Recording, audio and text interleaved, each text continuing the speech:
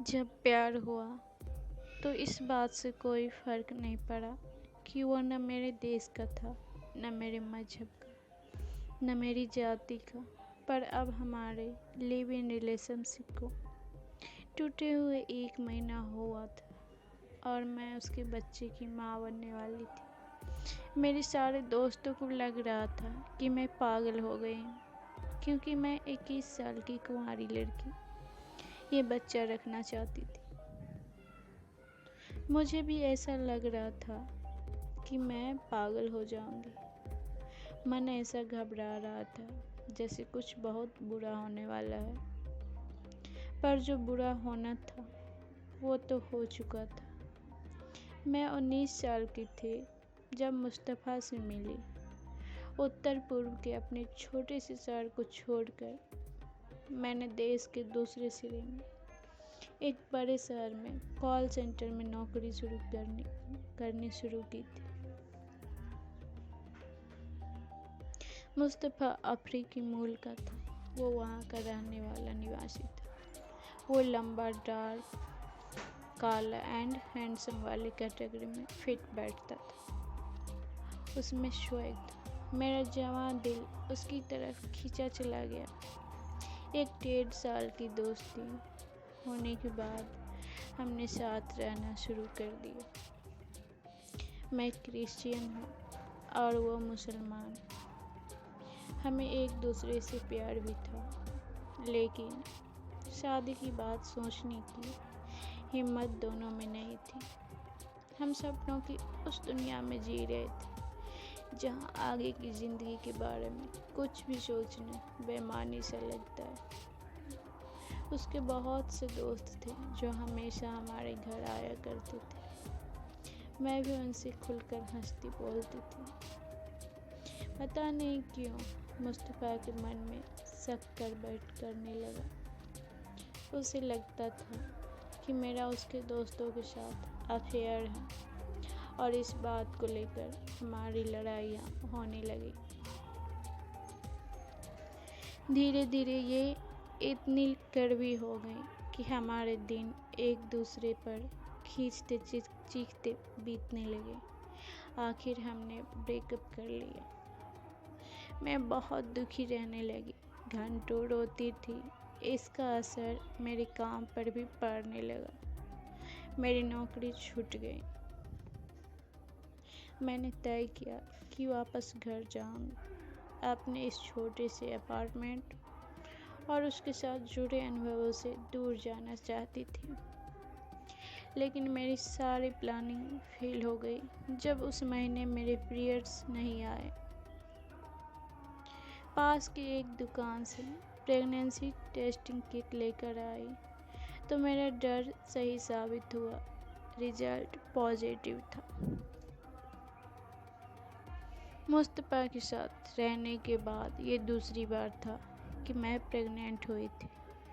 पहली बार उसके दबाव में मैंने एबॉर्शन करवा दिया था, पर इस बार मैंने मुस्तफ़ा को फ़ोन कर एक कैफ़े में बुलाया।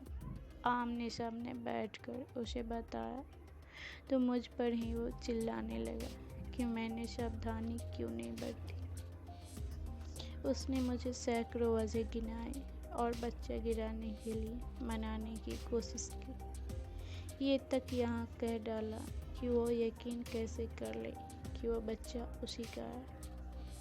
लेकिन मैंने जिद पकड़ ली थी। जब पहला बच्चा गिराया था तो लगा था कि जैसे मैंने किसी को खून किया है।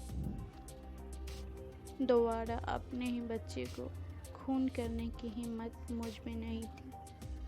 ऐसा नहीं कि मुझे डर नहीं लग रहा था, मेरे तो आंसू रुक ही नहीं रहे थे। मैं शादीशुदा नहीं थी और न ही मेरे पास कोई अच्छी नौकरी थी। बच्चे के बाप तो उसे अपना मानने को तैयार तक नहीं था। लेकिन साथ ही ऐसा भी लग रहा था कि भगवान शायद मुझे मौका दे रहा है एक नई जिंदगी शुरू करने का। अब तक मैं एक लापरवाह युवा की जिंदगी जी रही थी।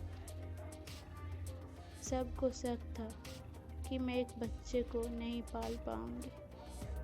मुझे भी मालूम था कि मेरा रास्ता आसान नहीं है, पर अब मेरे पास जिम्मेदार होने का एक वजह थी। मेरे अजन्मे बच्चे का प्यार मुझे उसे इस दुनिया में लाने को कह रहा था। मैंने डरते डरते अपने परिवार को इस बारे में बताया। उन्हें मुस्तफ़ा के बारे में पहले से पता था, लेकिन मेरी प्रेगनेंसी की बात सुनकर वो बहुत गुस्सा हुए। वो इस बात से उतने नाराज़ नहीं थे कि मैं शादी से पहले माँ बनने जा रही हूँ, बल्कि इससे कि वो एक बच्चा एक काले विदेशी और उनकी जाति के बाहर के लड़के का था। मैंने उन्हें भरोसा दिलाया, मैं सब कुछ संभाल लूँगी खुद। उन्होंने भी दोबारा मदद के लिए नहीं पूछा। इस मुश्किल वक्त में मेरी एक दोस्त ने बहुत मदद की। उसी की स्कूटी चलाकर मैं मेडिकल चेकअप के लिए डॉक्टर के पास जाया करती थी। अपना खर्च चलाने के लिए मैंने एक दुकान में सेल्स गर्ल्स का काम करना शुरू किया। इसी बीच मुस्तफ़ा ने मुझे मनाने की कोशिश जारी रखी। मेरा फैसला पक्का था। डिलीवरी वाले दिन मेरी दोस्त मुझे स्कूटी पर बैठाकर हॉस्पिटल ले गई। 1 घंटे बाद सिजेरियन ऑपरेशन से मेरे बच्चे का जन्म हुआ। जब मुझे होश आया तो बच्चा मेरे दोस्त की गोद में था और डॉक्टर मेरे पास खड़ी मुस्कुरा रही थी। मैं बहुत खुश थी। लग रहा था सब कुछ ठीक होने वाला है। शाम को मुस्तफ़ा भी हॉस्पिटल आया।